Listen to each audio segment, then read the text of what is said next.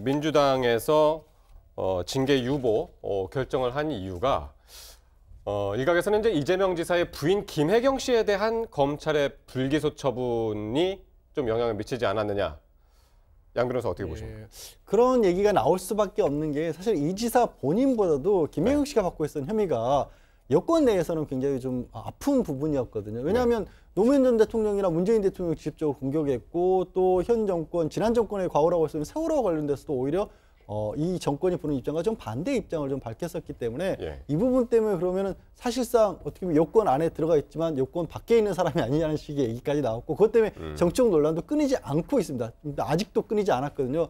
그런데 어찌 됐든 뭐 완벽히 정리는 안 됐더라도 검찰이 일단 불기소 처분했으니까 어느 정도는 일단락을 됐고 좀 정치적으로 봉합될 여지가 생긴 게 아니냐. 그래서 지금도 이제 뭐 징계 같은 걸 하지 않는다는 얘기도 있었는데 그거에 더해서 사실 이재명 지사 이제 재판을 넘겨지게 됐지만 김경수 경남도지사도 재판을 받고 있는 상황이잖아요. 공직선 후보 위반으로. 그럼 한쪽은 다음권 정지라고 한쪽은 안 하고 이게 안 되지 않습니까? 어차피 저는 징계가 민주당으로서는 현재로서는 불가능한 상황이었다고 봅니다.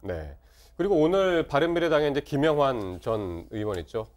이재명 지사 관련해서 또 이제 재정 신청을 제출하겠다라고 했는데 이건 어떤 내용이에요? 재정 신청은 또 뭐고요?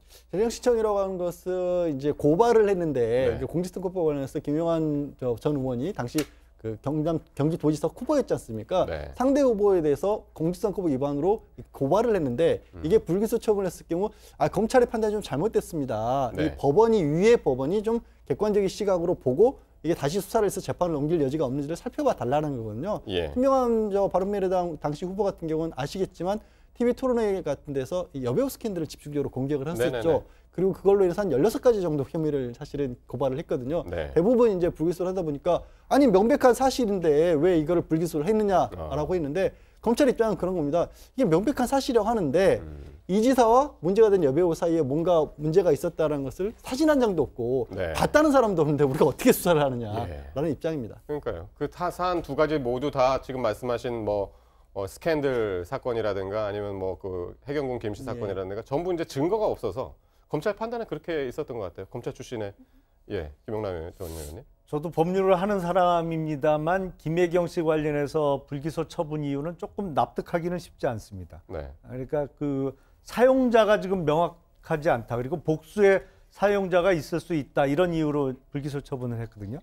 근데 지금 해외에 본사와 서버를 두고 있는 SNS 관련된 수사 중에 해외에 있는 회사가 우리 수사에 협조 안 하는 경우가 대부분이죠. 그러니까 가입자 인적사항을 안 알려주는 사안치고 이 정도로 정황 증거가 많이 드러나기가 쉽지 않거든요. 왜냐하면 그 소위 해경군 김 씨의 그 아이디하고 동일한 아이디의 국내 다른 포털 아이디도 발견됐고 교회에서 쓰던 아이디도 발견이 됐고 뭐 이 정도 경찰에서는 뭐 그래서 기소를 자신했던 것 같은데 이 부분이 불기소되면서 김영환 전 후보 측에서는 법원의 판단, 여기 뭐 법원은 이제 서울고등법원이 되겠죠. 여기에 판단을 한번 받아보겠다는 의미에서 재정 신청을 한 것으로 보이고, 그래서 뭐 충분히 뭐 납득할 만한 이유가 있어 보이지 않나 싶습니다.